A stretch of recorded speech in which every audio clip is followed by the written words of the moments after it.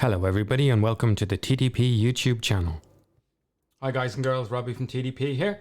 Today we're going to jump straight into how to use PCLink Module 1. In Module 1 we're going to talk about the engine configuration, fundamentals and how to set them up. These are items that if you don't set up properly, it's just not going to work. So let's get into PCLink. Here we are in G4X PCLink. This is the basic layout from the original installation. So I've just gone for 1900 by 1080, and if you do that you'll get the same, or you can go for a smaller one if you have a smaller screen. Also, I've just using at the moment all I'm using is in the base maps folder just the storm sample base map to start off with. Okay, so what we really want to do is we want to start off and talk about the configuration of the engine. So we click up here in configuration, and first thing is how many cylinders does your engine have? So you select how many cylinders your engine has, you select whether it's 2-stroke, 4-stroke or rotary. It's obviously 4-stroke. You select whether it has a custom TDC. At this stage we'll say no, it has a standard TDC. Initial baud rate, that is if you're using RS-232 communications for receiving things in an older dash and stuff like that. Next is your description. You can call this whatever you want. So we call this 4-cylinder demo. And this is a handy place to keep notes. If I hadn't pressed shift, I wouldn't have got that. Oh, and now it's gone red. Okay, so this is the first time it's gone red. This allows me to show you one thing. It's gone red because there's a change made, a proper change. Everything else hasn't changed so far. So if we go File, Save As, and we save this Storm Sample Map demo, and hit enter. Ooh, look, it's back to white again. So that means that the change is now stored in the file rather than being red reminding you haven't stored it. So vehicle identification number is anything you want. I have inline 4 there, that's fine. And then most important thing in this really, once you've got your cylinders right, is the firing order. So you wire your engine to cylinder 1 is to 1, 2 is to 2, 3 is to 3, 4 is to 4. But that's not how the engine runs. The engine runs 1, 3, 4, 2. So you must put in the correct firing order. It's different for all engines types, but nearly all 4 cylinders run this 1, 3, 4, 2, or some run 1, 3, 2, 4, but that's rare. Okay, so now we'll move on to the fuel. So what do we need to configure in the fuel? Not talking about fuel maps or compensations or anything fancy, talking about the fundamentals. Well, to get the fuel into the engine, you need an injector. And what I want to do is show you how to set up the injectors.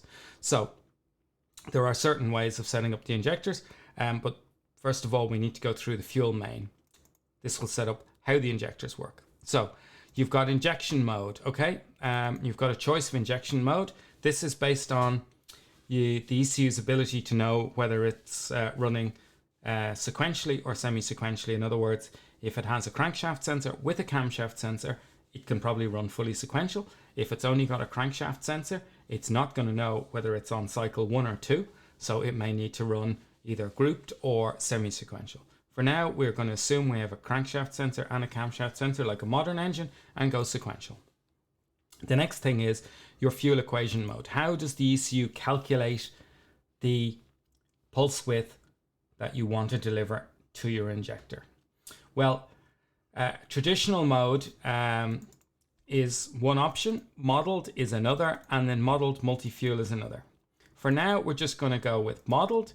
I will probably do a separate video describing them in detail, but in modeled, the one thing is that's different from traditional is that the engine calculates, the ECU tries to calculate the amount of air the engine ingests on every intake stroke and use that to drive the calculations in the background that eventually give you your pulse width.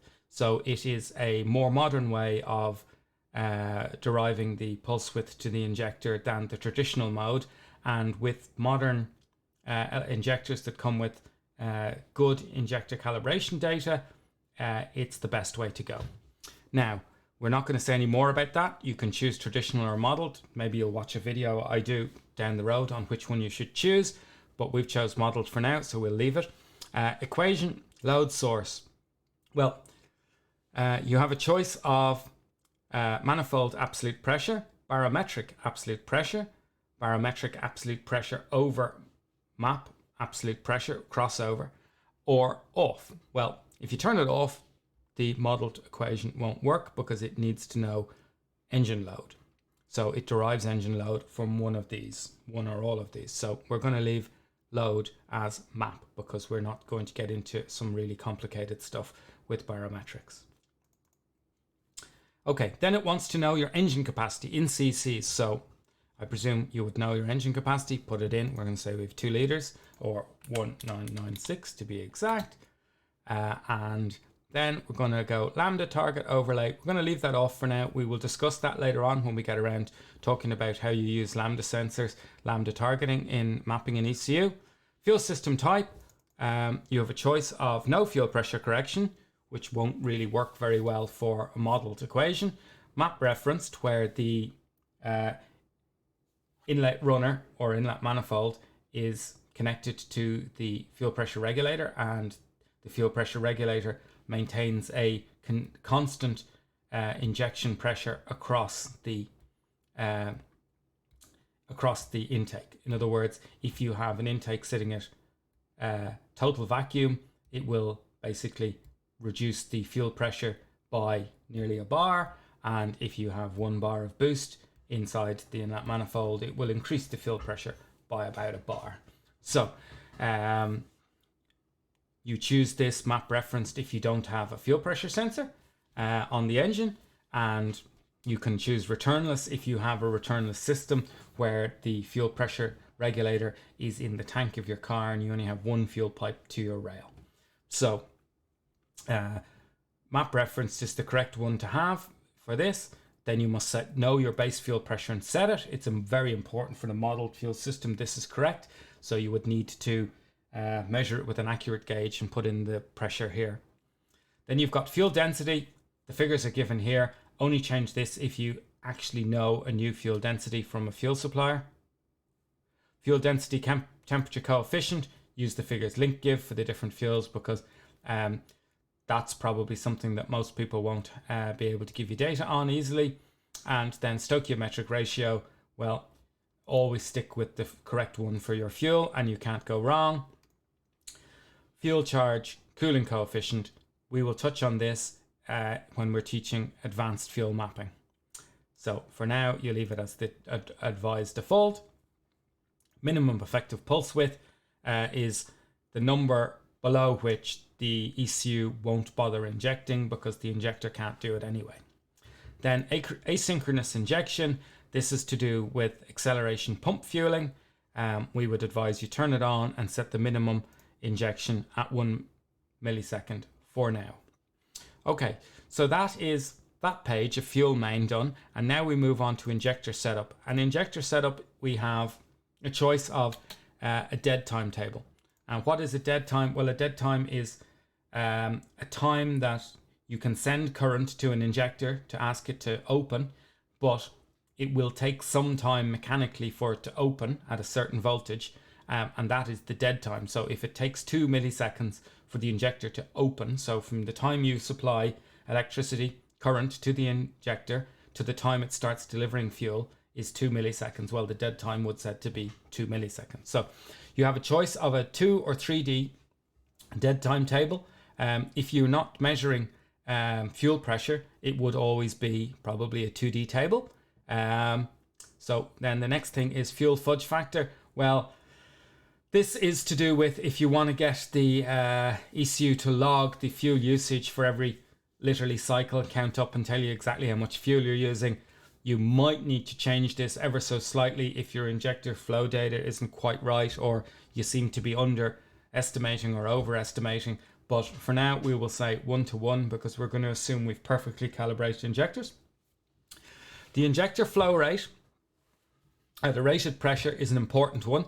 This should be supplied by your injection manufacturer. They will test the injectors very carefully on a flow rig, and they will give you a cubic capacity or cc per minute at a certain fuel pressure. So if you know your injector delivers 500 cc's in 1 minute at 3 bar, then you put in 500 here and you put in your 3 bar here.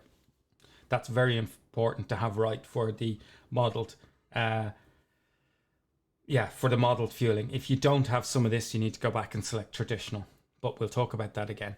Injector dead time table.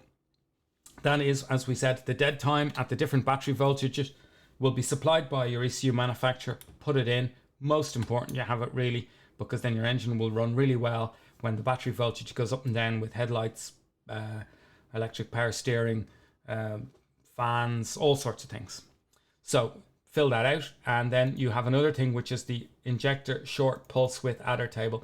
This is where the injector is not 100% linear all the way for its injection. So at different milliseconds at different milliseconds sent to the injector, the flow won't be exactly the same as you think it would be. So if you, for example, if you inject for 1 millisecond and you get 1 cc of fuel, you would expect if you inject for 2 milliseconds, you get 2 cc's of fuel. You don't always get exactly that. So this is a table that allows you to, using these, now the only way to fill this table in is if you have manufacturer's data from the injectors, and then you can fill these in to deal with the small non-linearities of the injector, and again it will give you a much more accurate tune. So that is the end of all the fuel setup we are going to do right now. The next thing we're going to do is ignition. And why would you want to do ignition now? Well, you need to do certain things with ignition. Oh, it's turned off. That's even better for us. Well, because you need to tell the ECU, if you're using a distributor, 2 distributors, wasted spark, direct spark, rotary leading wasted, or rotary direct.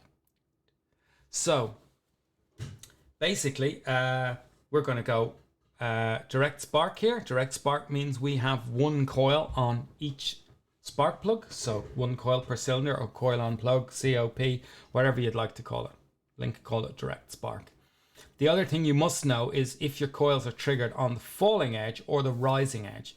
Now, most coils are on the falling edge, but there are some exceptions to that. Not many, but there are. So you just need to be careful about using the wrong one, because you will fry your coils. Okay, then you've ignition delay. We'll talk about that later and how to check it when we do our engine running course. Minimum spark duration. That is probably right at 1 millisecond. You should probably leave it at 1 millisecond unless your coil manufacturer says otherwise. Then you've got your maximum advance.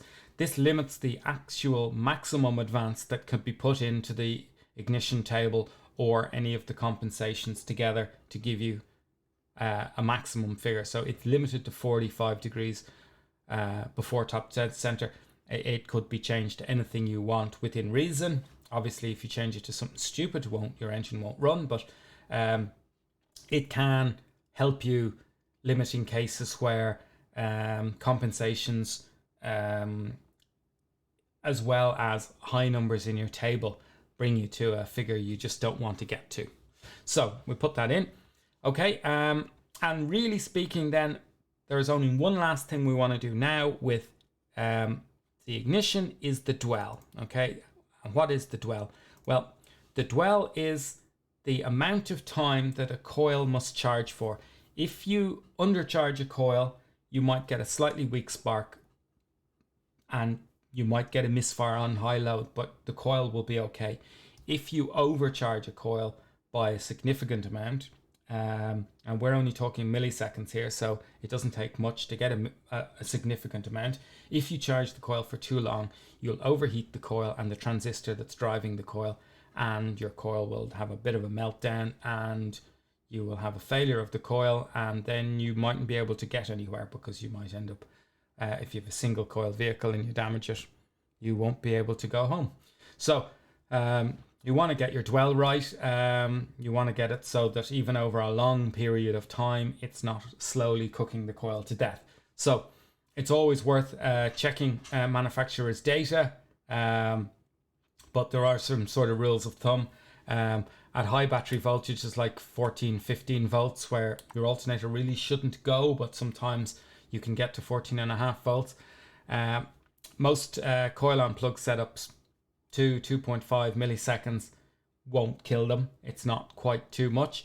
4 milliseconds might cause them irreparable damage. So always start lower, work up. If you have access to the right test equipment, you can test the current that the coil draws, and that will allow you to accurately set the dwell. But in this modern day and age, with a wonderful thing called Google, you can go onto Google and somebody probably will have done the hard work already for you and give you the ideal millisecond dwell at the battery voltage. Now, the reason you have RPM as well is coils can do a thing called ringing, where at really high RPM or firing rates, they don't fully discharge from the last firing, so you don't need to charge them quite as much. But generally, coil on plugs don't suffer from ringing as much as a single coil and a distributor. So try and get the data right. If you're not sure, ask. If you ever want to ask us what a coil should be, send us a message on social media, drop us an email, put a comment in this video, and if we've used that coil before, we'll be quite happy to share the data. None of this is rocket science. Okay. The only other thing I would like to discuss now is triggers in this video, because we're trying to keep the videos concise. So, triggers. What are triggers? Well, that's your cam and crank sensor, or just your crank sensor. So, we're going to assume here we are on a Mitsubishi Evo engine. So Link have provided, by clicking here, trigger mode, quite a large number of predefined trigger modes. And you can scroll through that yourself and see if your engine's there. There is a high possibility that your engine is not there, but still covered by the ECU as well, because multi-tooth and multi-tooth missing, which we will do some videos on, cover a multitude, and I mean a multitude of modern engines out there, can cover a huge number. So you needn't panic if your engine is not directly listed. Most of the engines directly listed have weird and wonderful crank triggers, and that's why they had to be done separately. So we're just going to select Evo 1 to 6, 7 to 9. Not much difference in these. There's a slight difference in the offset actually, but 1 to 6, 7 to 9, they both use basically a chopper wheel on the crank and an uneven spaced chopper wheel on the end of the camshaft. So we just select that. That will actually now set all the triggers correctly for us from here on.